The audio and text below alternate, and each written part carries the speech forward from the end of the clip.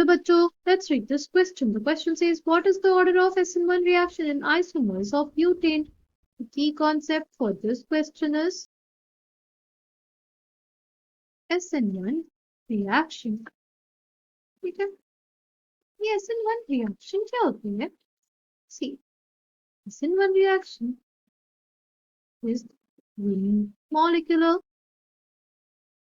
nucleophilic substitution reaction. Molecular nucleophilic substitution reaction. पहली चीज, ये सब्स्टिट्यूशन रिएक्शन मतलब, सब्स्टिट्यूशन रिएक्शन का मतलब होता है कि सपोज हमारे पास कोई कोई ग्रुप है, राइट, कोई एल्किल है और उससे हमारा कोई ग्रुप जुड़ा हुआ है, right.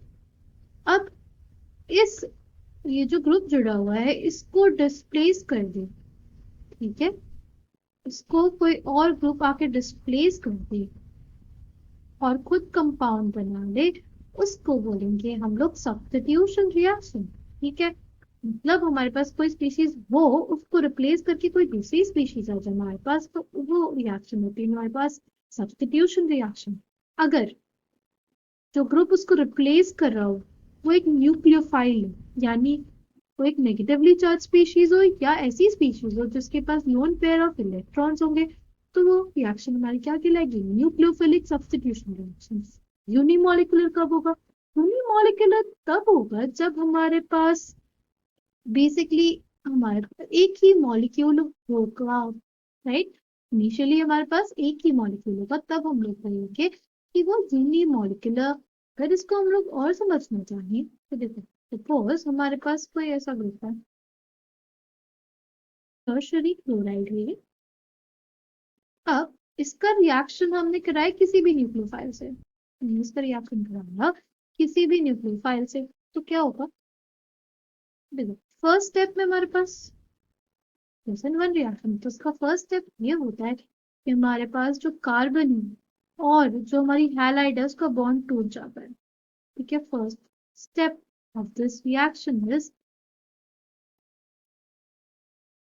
breaking of bond of halide and carbon, ठीक। ये हमारे पास कैसा स्टेप होता है? ये एक स्लो स्टेप होता है, और अगर ये स्लो स्टेप है हमारे पास तो ये कैसा स्टेप हो जाता है? ये एक रेट डिटरमाइनिंग स्टेप हो जाएगा। कैसा स्टेप हो जाएगा? ये हमारे पास एक रेट डिटरमाइनिंग स्टेप हो जाएगा, ओके।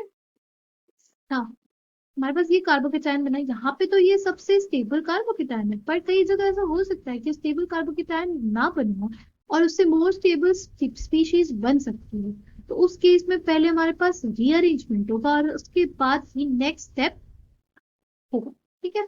इस केस में मेरे पास तो कोई रीअरेंजमेंट नहीं हो सकता, क्योंकि ये तो टर्शरी वाला कार्बोकेटायन हमारे पास ये मोस्ट स्टेबल है। क्यों ये मोस्ट स्टेबल है? ये इसलिए मोस्ट स्टेबल है क्योंकि इसके पास है 9 अल्फा एच, और अगर अल्फा एच है तो उसमें क्या हो सकता है? इसमें हो सकता है hyper conjugation, so it is stabilized due to the hyperconjugation of 9 alpha H, ठीक ना। अब क्या होगा? अब ना हमारे पास इसमें अटैक कर देगा incoming nucleophile. Nucleophiles are nucleus loving species, right. Nucleus loving species, ये न्यूक्लियोफाइल इस कार्बोकेटायन पे अटैक कर देगा। न्यूक्लियोफाइल वहां पे अटैक करता है जहां पे इलेक्ट्रॉन डेंसिटी हमारी कम होती है, तो मेरे पास कुछ ऐसी स्पीशीज बन जाएगी। तो हमारे पास इस रिएक्शन के लिए हम लोग लिख सकते हैं पहली चीज कि इसमें क्या होता है, इसमें हमारे पास रीअरेंजमेंट होता है, और हमारे पास जो बनने वाला कार्बोकेटायन है वो उतना स्टेबल नहीं है, उससे बहुत स्टेबल कार्बोकेटायन बन सकता है by hydride shift, methyl shift या फिनाइल शिफ्ट, तो हम लोग रीअरेंजमेंट कराएंगे, ठीक है। अब अगर हम लोग बात करते हैं हमारे क्वेश्चन की, तो हमारे क्वेश्चन में बोला हुआ है आइसोमर्स ऑफ ब्रोमोब्यूटेन के लिए हमें लिखना है SN1 रिएक्शन का ऑर्डर। तो सबसे पहले तो हम लोग लिख लें आइसोमर्स ऑफ ब्रोमोब्यूटेन। अच्छा, आइसोमर्स क्या होते हैं? आइसोमर्स आर बेसिकली स्पीशीज जिनका केमिकल फॉर्मूला सेम हो बट उनकी जो प्रॉपर्टीज हो वो डिफरेंट हो। ठीक। अगर बात करते हैं ब्रोमोब्यूटेन, तो ब्रोमोब्यूटेन का मतलब C4H9Br, ये फॉर्मूला रहेगा हमारे पास। ठीक। अब इस फॉर्मूले से हम लोग कितने कंपाउंड्स बना सकते हैं, लेट्स फाइंड आउट।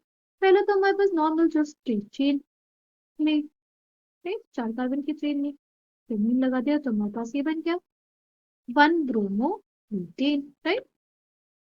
फिर फिर क्या हो सकता है, फिर हम लोग इसको फर्स्ट पोजीशन पे ना लगा के ब्रोमो ग्रुप को हम लोग सेकेंड पोजीशन पे लगा दे। ठीक। ये हमारे पास दूसरा है सिमिलर। अब हम लोग कार्बन चेन की लेंथ को कम करेंगे। ठीक। कार्बन चेन की लेंथ को हम लोग अगर कर दे 3 कार्बन की चेन, तो हमारे पास ये हो गया ना हमारे पास। और हो सकता है ऐसा, कुछ ऐसा।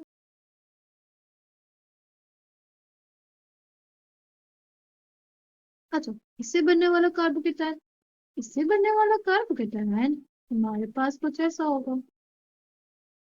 ऑलवेज रिमेम्बर, अगर हम लोग कार्बोकेटायन की स्टेबिलिटी देखेंगे तो पहले हम लोग देखेंगे रेजोनेंस इफेक्ट, कि उसमें क्या वो रेजोनेंस स्टेबलाइज्ड है कि नहीं। फिर हम लोग देखेंगे क्या उसमें हाइपर कॉन्जुगेशन है, या मतलब बेसिकली उसके पास कितने अल्फा एच होंगे, कि उसके पास जितने ज्यादा अल्फा एच होंगे उतना ज्यादा हाइपर कॉन्जुगेशन होगा। राइट। फिर हम लोग देखेंगे इंडक्टिव इफेक्ट, कि उसके पास प्लस आई वाले ग्रुप्स लगे हुए हैं या माइनस आई इफेक्ट वाले लगाने वाले ग्रुप्स लगे हुए हैं। ठीक है, तो हमारे पास ये पहला कार्बोकेटायन बना।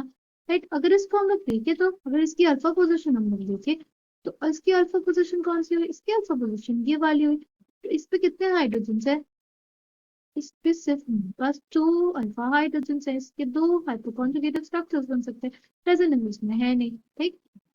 नाउ नेक्स्ट, अगर कार्ब हमारे ब्रोमो एल्केन से, तो हमारे पास क्या हो जाएगा, ये कुछ ऐसा हो जाएगा। ठीक। अगर इसकी बात करें तो इसमें हमारे पास बराबर अल्फा एच देखने को मिलेगा। यहाँ पे 2 अल्फा हाइड्रोजन हो गए और ये 3 अल्फा हाइड्रोजन हो गए, यानी इसके पास कितने अल्फा हाइड्रोजन हो गए, 5 अल्फा हाइड्रोजन। ठीक है, इसके पास कितने अल्फा हाइड्रोजन है, 5 अल्फा हाइड्रोजन, यानी इसके 5 हाइड्रोकॉन्जुगेटिंग स्ट्रक्चर्स बनेंगे। नेक्स्ट वाले ब्रोमो एल्केन को देखते हैं, तो हमारे पास क्या हो जाएगा वो, ये कुछ ऐसा होगा। ठीक है, ये जो कार्बोकेटायन बना, ये टर्शियरी कार्बोकेटायन बना, और इसके पास कितने अल्फा एच है, इसके पास 9 अल्फा एच है। कितने अल्फा एच है, 9 अल्फा एच। देखो 1 2 3 4 5 6 7 8 9। नेक्स्ट की बात करें, नेक्स्ट हमारे पास उसका जो कार्बोकेटायन बनेगा वो कैसा बनेगा, हमारे पास वो बनेगा CH3 3 H2 प्लस।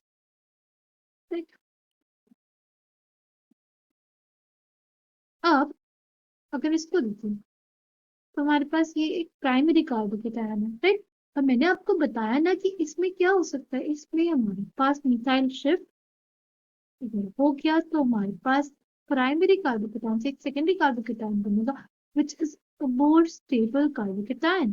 तो हमारे पास ना, और हमारे पास कुछ ऐसा कार्बोकेटायन बन जाएगा इस केस में, we have CH,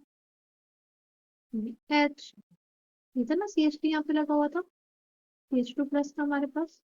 बेसिकली अब हमारे पास मिथाइल शिफ्ट हो जाएगा, 1 2 मिथाइल शिफ्ट। और अब हमारे पास कार्बोकेटायन बनेगा ना, तो कुछ ऐसा हो जाएगा। लाइक अब इस कार्बोकेटायन के पास कितने अल्फा एच है, इसके पास 5 अल्फा एच है। ठीक। अगर इसको हम लोग ए बोलें, इसको बी, इसको सी, और इसको डी, तो हमारे पास सबसे ज्यादा स्टेबल कार्बोकेटायन कौन बना रहा है, सबसे ज्यादा स्टेबल कार्बोकेटायन सी बना रहा है। फिर हमारे पास हो जाएगा बी और डी। ठीक है, दोनों सेम ही है। आफ्टर रीअरेंजमेंट जो बी आया वो हमारे पास डी जैसा ही हो गया, राइट। और फिर हमारे पास हो जाएगा ए। ठीक। तो हमारे पास ये किसका ऑर्डर है, हमारे पास स्टेबिलिटी ऑफ कार्बोकेटायन का ऑर्डर है। और जो हमारे पास स्टेबिलिटी ऑफ कार्बोकेटायन का ऑर्डर होगा, वही हमारे पास ऑर्डर हो जाएगा